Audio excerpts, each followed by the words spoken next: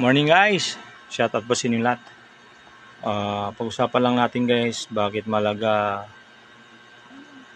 sa security guard ang mga seminars. Malaga po yun guys. Kasi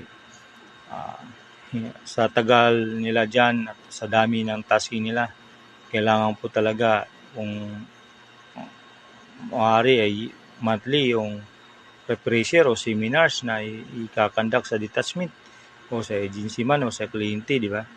Kasi minsan nakakalimutan ako ng ating karamihan ng ating gwardiya na may ganito palang mga awareness o mga paalala sa atin bago tayo dumuti o habang tayo naka-duty. Ano ba dapat ang mga gagawin? Sample na din yung kung ano pa yung tulad yung safety measure.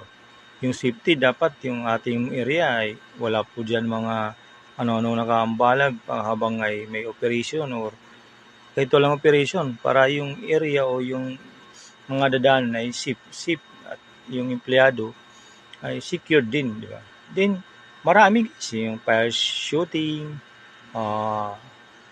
gun safety, and so on. Marami po. Kaya kailangan po yan guys sa mga gwardiya kasi para lagi po mga refresh sila. Ano pa yun natin?